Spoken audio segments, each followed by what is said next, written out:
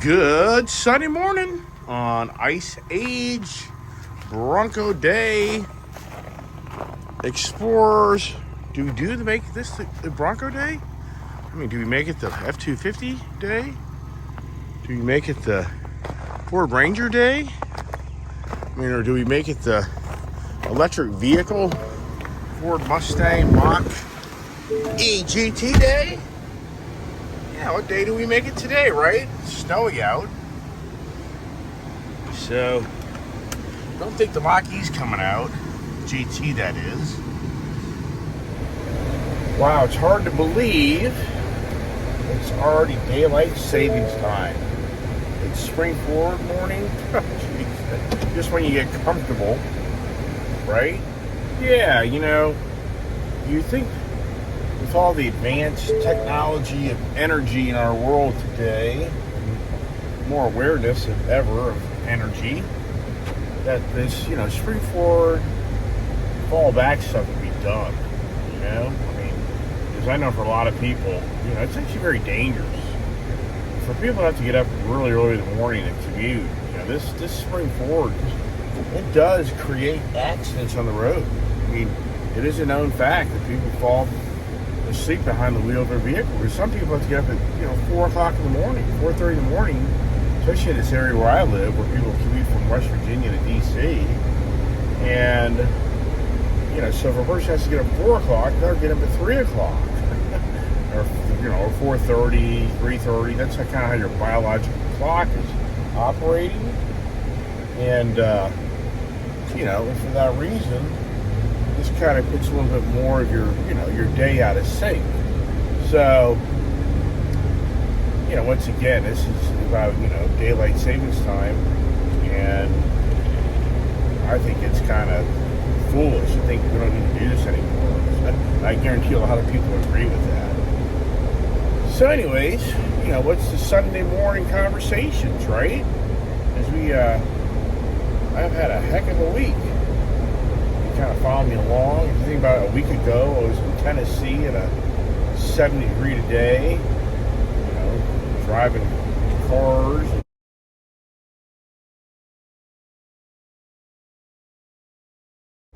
motorcycles,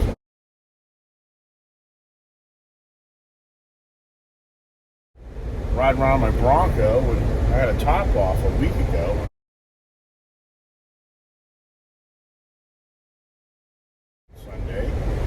And now here we are a week later up here in the Virginia area, and we've got snow-covered roads. And so what's interesting is I got a guy at a test right now just tailgating the heck out of me. And we're on a road right now where the roads are covered over with snow. Even if he gets cornered too bad, he will be history. The daughter just loves the daddy-daughter Sunday morning thing, which we always go together to get breakfast. So the kid, being it's daylight savings time, wasn't out of bed before me, which she usually is. She gets out of bed early. I'm not the rise and shine guy who gets out of bed at 5 a.m. in the morning. That's not how I was brought up, so I'm not the guy that, some people are. Especially like a lot of military people. I mean, good Lord, if you join the military, I get that, you got to get up at any time of the freaking day. So anyways, me not being the new EV owner, from this past week is what I was kind of saying, is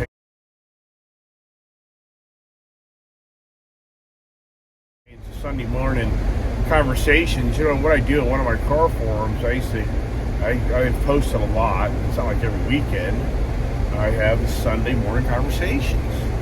And, it's kind of about reviewing the week and what's happened, what's going on. And, and as I was just saying a minute ago, what a week for me. Really a great week, because I was fortunate to be down in Tennessee for 4 days.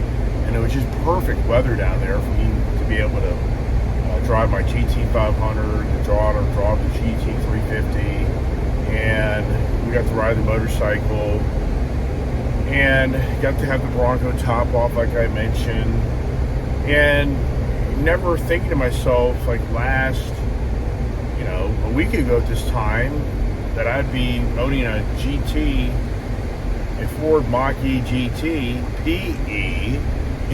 Even for me, I'm in this Mach-E forum, and I'm seeing these guys posting that they have a Mach-E GT PE. I'm thinking, what the heck is that? Even for me, because I haven't been on the Mach-E forums to really, get abreast to all the fine details of these vehicles.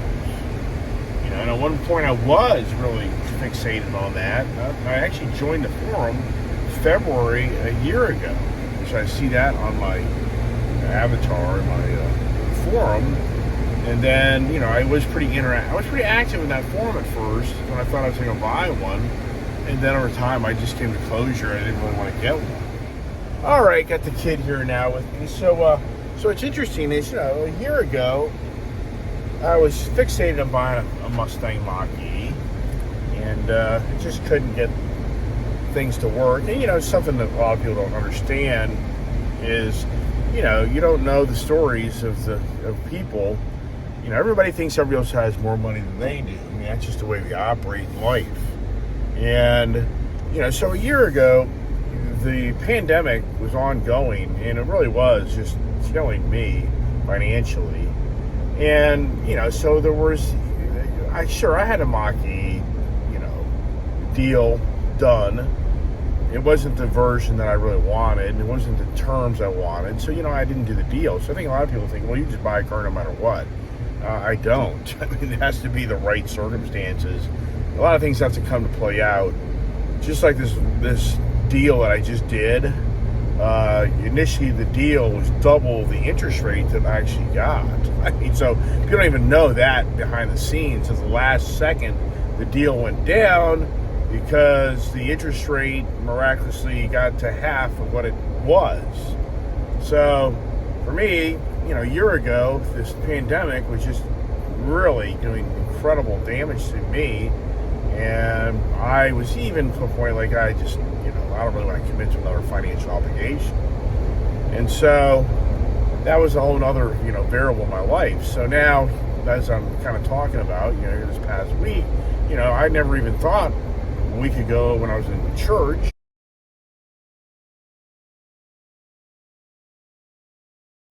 on Sunday, a week later, I'd be doing a bunch of videos on an electric vehicle. So that's just really crazy on how life works, especially if you hang out with me on all the car adventures and motorcycle adventures and truck adventures and SUV adventures. You kind of like, you don't know at the end of the following week how that all play out.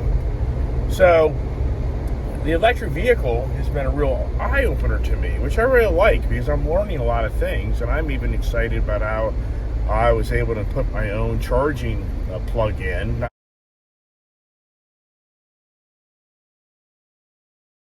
Charging station, and I'm still befuddled why the supercharger stations, and I even kind of posted that on the Ford Mach-E forum, and it's just weird because if you have an electric vehicle that has like a 250 mile, I get it if you have a 150 mile range vehicle, but I don't really think that's the newer cars now. I think most electric vehicles that are hitting the market now are 200 plus, miles.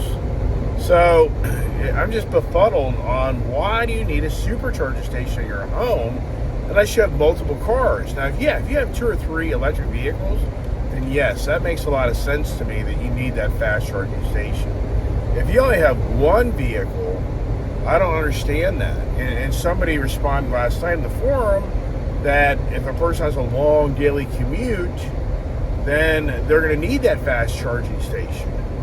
And I'm kind of thinking, wow, if you're driving like 150 or 200 miles on a daily commute, you only have one vehicle, and you get home, and then you're going to turn around, and you're going to do another 150 miles or 100 miles. I mean, that just doesn't make any sense to me. I mean, for the average person here that drives vehicles, for you to commute 150 miles in one day and then to come home and want to drive another 100 miles. I mean, I don't know about you, but that's no, thank you. You know, that's a lot of driving.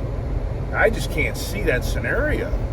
So what I'm really excited about is, you know, I have figured out on how I can just have that 240 volt charging plug in for the charger adapter plug that's included in the purchase of the vehicle, and it recharges my vehicle fine.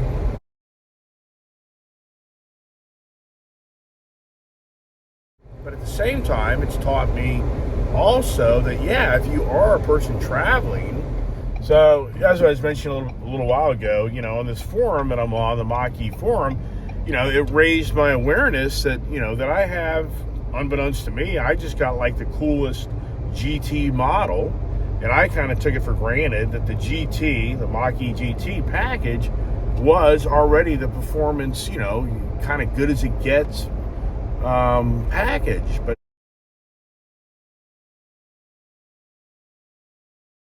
now I understand that I actually got, which I'm really happy about, that I got the PE package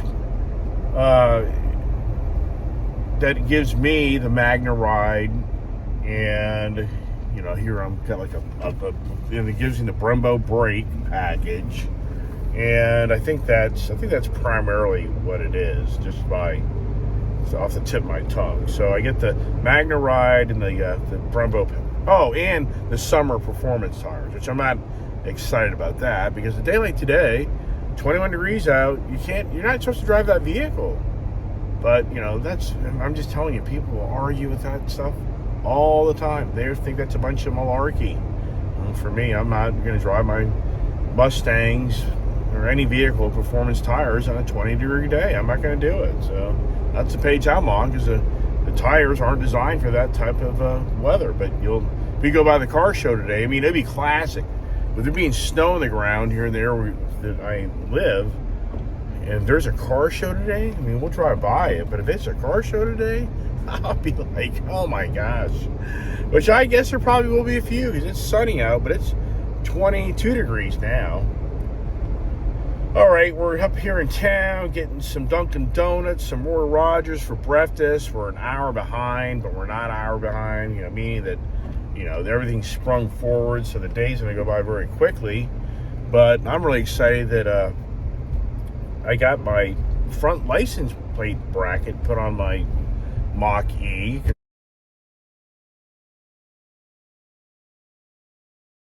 In the state of Virginia, you have to have a front tag. And what's interesting is the state of Virginia changed its laws where they can't pull you over for not having a tag in front of your car, and they can't pull you over for your windows being too tinted. But if they pull you over for something else while you're pulled over and you don't have a front tag displayed in your car, you get another ticket for the ticket you're getting for whatever else you didn't do right.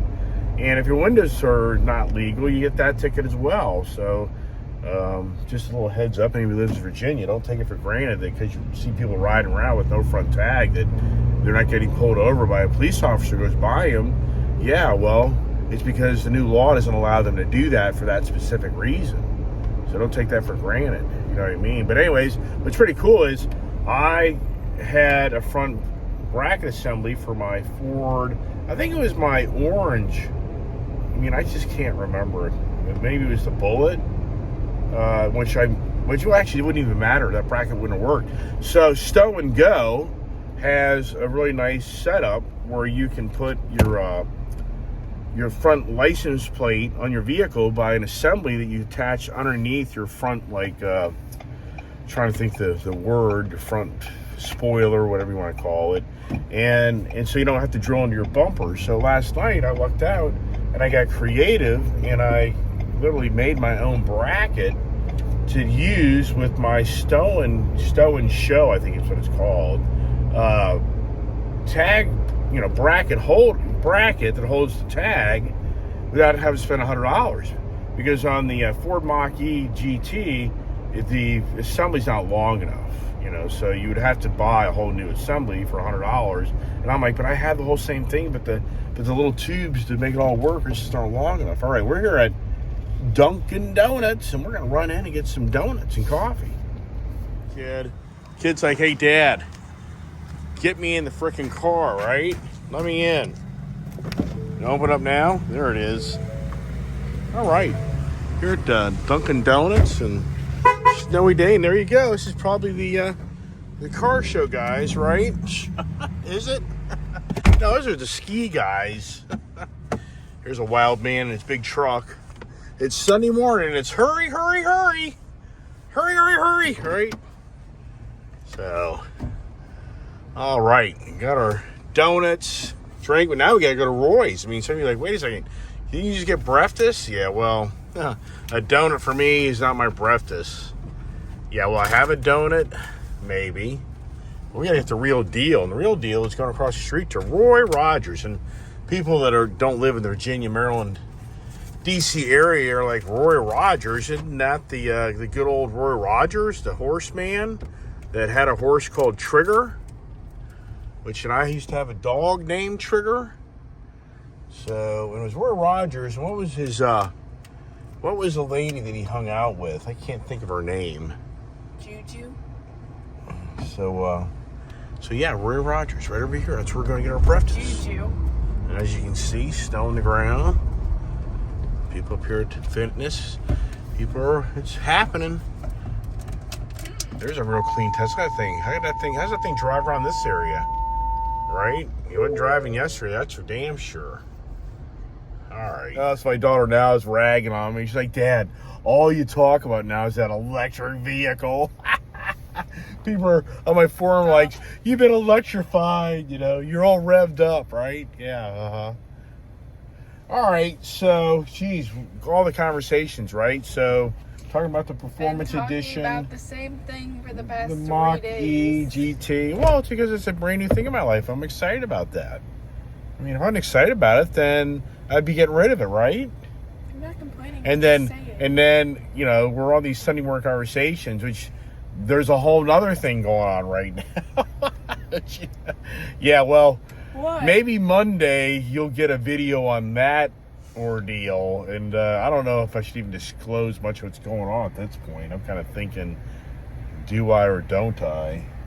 Dad, so the Adventures of Ice Age. I want to have a conversation without the video on. Like, I've the daughter. Been able to talk so this is funny. The daughter called me. I turned around, came home, got her, and now she doesn't like how I'm videoing myself. Can you blame her, right? Sure, people's like, yeah, I get all that. You talk a lot. That's what I get. I get a lot of people that make comments like, you talk too much. All right, well, I guess if I was doing the road racing video, then I kind of get that. Just turn the video around and drive hard. Here's my meal. All right, so now I think what we're going to do, not like we're going to go hang out at the car show today, but... I don't want to go to the car show. Oh, we're not. We're just going to drive by and do a drive-by. Okay. That's all I want to do. I mean, all we're going to do is we're just going to go out of town, down the road, so we're driving by as you go down the road, if you know what I mean. Because as you can see, it's 22 degrees out. Pay attention to the road, please. And now the daughter's already, freaking out on me. Right? All right, so carrying something on their head. Look. Yeah, it's like they're probably from, they're from probably another part of the world where they learned that. A lady had a bag on her head and you don't have to include it in the video. So okay, back to the conversations of this past week. So, if you look at this past week, what I've done in my life with the new Mach-E electrified car, which, yeah, that's all it's about right now, because, and that's the daughter's saying here, is, oh my God, I can't take another conversation of the Grabber Blue Mach-E. Because you talk about the same stuff. Yeah, so the daughter's now, it's the same stuff. Yeah, so now the daughter's critiquing me. How about that, huh? So anyways, now a lot of people out there are well aware of the fuel prices, and I think it's kind of interesting. And I think most people would be convinced that I bought this vehicle because the gas prices are through the roof. In which, in all sincerity, I didn't. That wasn't the driving force. You talked about to buy the vehicle. And because for me, I used to be in the oil industry side years ago, and I just don't believe that the high prices are going to continue. The car is frozen over with all its sensors, so it doesn't work properly. That's what's kind of going on here. But anyways, so I don't think the fuel prices will sustain itself. And yeah, I know we have Russia, the war, Ukraine, all this stuff, but you know, there's so many oil-rich countries out there that want to sell oil that, you know, they'll flood the market with their oil if you get the right deal. So I just truly believe that you're not going to have $7 fuel. I can't see it. I mean, now, I'm not talking about California. I'm talking about the general country. No one's here. So my daughter now is saying, hey, nobody's here. But there's like one person here. But there's that couple. They're always here. Wow. So I just can't see it. I mean, the daughter's like, it's 8:55, but I just can't see it being 22 degrees out that people are going to hang out here this morning. And kids getting all freaky on me. I thought I dropped the food. Now that person there is here a lot. Interesting what they're doing there. Yeah, so no Sunday morning meet. But I would have to say this is probably the last Sunday that it's this cold. I mean, I eat my words eventually. Please don't. And, you know, I would have to say that we're now, you know, being it's the middle of March now, we are now in the spring, you know, going to the springtime weather here, warmer weekends. So anyway, so yeah, I didn't buy the vehicle for the gas price, even though a lot of people would think I would, because then that's saying that I'm not going to drive my Bronco anymore. I'm not going to drive my F-250 diesel. Wait a second. Who's driving my F-250 diesel Tremor? Yeah, you know who's driving that right now?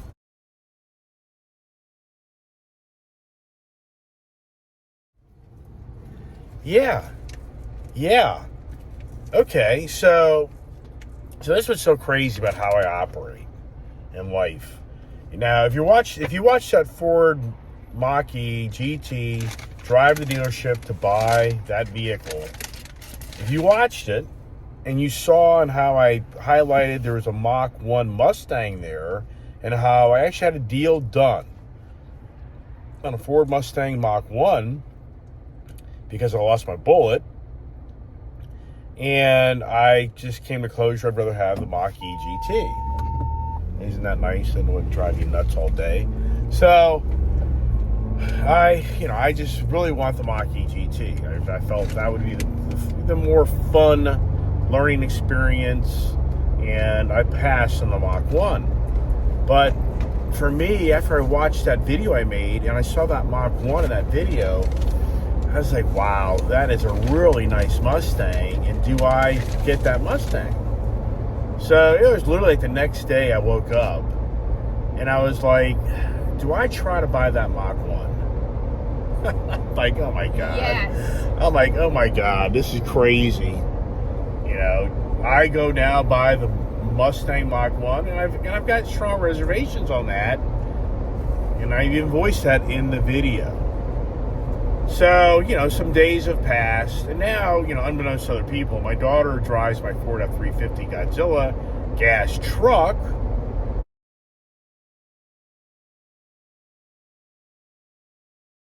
which I have a bunch of videos on that from 2 years ago.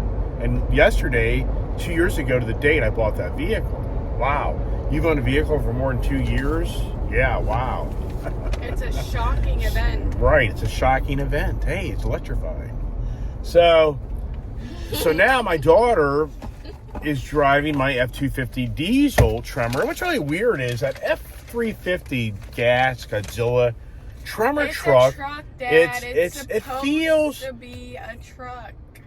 Like, it's a truck. What do you expect? You can't. so take a the 7.3 vehicle truck. feels so much different than the F-250. Meaning, and what's really weird is when I was on the page to get the gas motor, not the diesel motor, 2 years ago, the front end of those Tremor trucks, just if you're a Ford or or a truck nut, it's an 800-pound difference. I thought it was 900. It's 800-pound difference from the diesel package to the gas package. So that diesel engine, you really do feel that motor up front. So that Tremor package to me is a little bit more free-spirited with the gas engine because it's a lighter front end. But at the same time, that F350, that gas Godzilla motor, when you put that thing in gear, that truck really just wants to take off.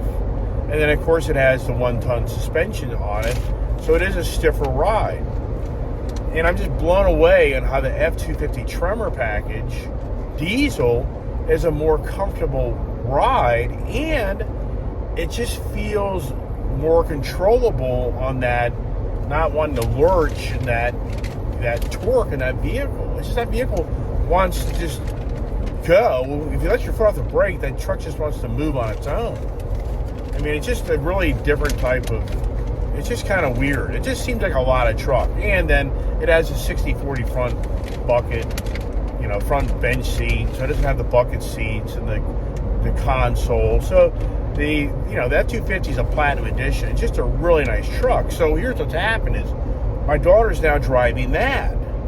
Yeah, she's driving that. Now, there's that same funky vehicle. Yeah. I guess that person lives up the road. So now the daughter's in love with that F250 diesel Tremor truck. And so now to me, it's kind of like, I've got 4 Tremors right now. And to me, it's kind of like, do I part with my F350 Tremor gas truck, which I don't even drive anymore, and in all sincereness, I'd rather drive the F250 diesel because it's a softer ride, it's bucket seats, it's massaging seats, it's just more me, and do I let the F350 go? But what do I let the F350 go for? Do I trade it out for the Mach 1 Mustang? All right, so. Got a good look to it. Well, I think it does. Stripe and the Yeah. orange Brimbos and then Yeah. the orange up there. Right, it's a great looking car. Yeah. So some of you are like, you're nuts. Your daughter just crashed your bullet, and now you're looking here at Mach 1? Yeah.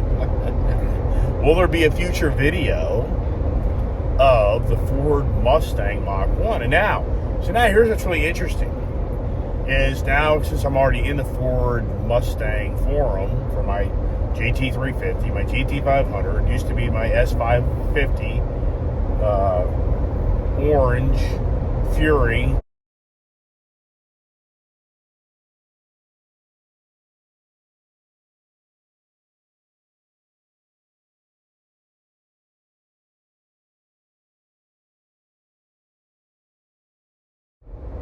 GT50, they used to have, that's the abbreviation for the model name, S550. And then I had the Bullet, so, one time I had, I've had 4 different vehicles to be in that forum, and so now there's a Mach 1 forum, so, I reached out yesterday and said, hey, so I reached out yesterday in that forum, and I said, is the Mach 1 basically a 2-year run? So I think the Mach 1's it's a 2021 run and a 2022 run, and supposedly the S650 series, a whole redesigned Mustang, is coming in 2023. So but with all the chip shortages, the manufacturing challenges, we don't know how to get pushed out. But the point is, the Mach 1, I think, is a 2-year run. So I think after 2022, you can't get them anymore, just like the Bullet. The Bullet was a 2-year run. But I'm like, yeah, but, the Mach 1, that's really grown on me. I really do like the look of that vehicle. I actually even do like that fighter gray, color on it and the theme. But what's so special about that vehicle, besides already know it has MagneRide, active exhaust, and rev match? But what makes it even more unique is it's got the Tremor manual transmission, but what else? And so on the forum, and I don't know if this is factual or not, so on the forum, the Mach 1 owners are claiming that vehicle has GT350 and GT500 parts on it as well, like suspension parts. All right, okay. I don't know if I really believe all that, but they're claiming that the Mach 1 has more goodies on it than the Bullet did to kind of give it to that GT 350, GT 500, type of capability and ride.